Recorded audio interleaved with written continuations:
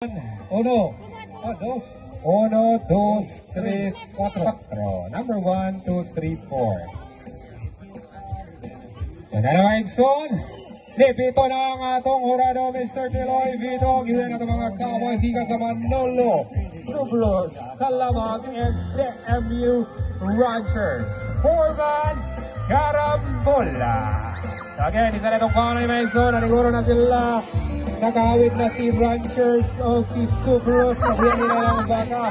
Kamulo nag-live si Ranchers. Grabe nagpadidit na si Ayaw. Ginawin niya number 1, 2, 4. Grabe na naghawit na si Subros. Si Manolo Kamulo pa. O si Kalamag. Natumba na ang baka sa Subros. Bonjay paano. Yan ang gigabag na ito.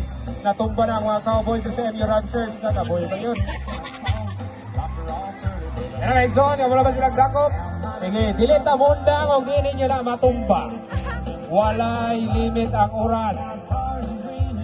Puslan ba nag-apil man eh? Tara, kamuna nag-apos si Bonjay. Last look na. Relax na kayo pag-apos si Bonjay.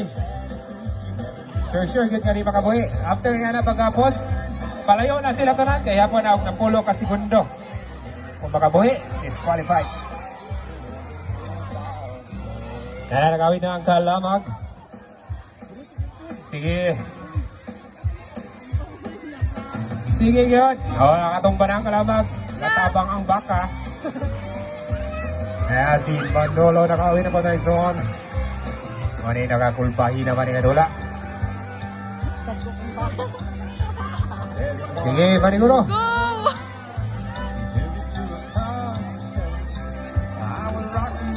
Ano si Attorney Ray? Ani, Attorney, ikaw man na.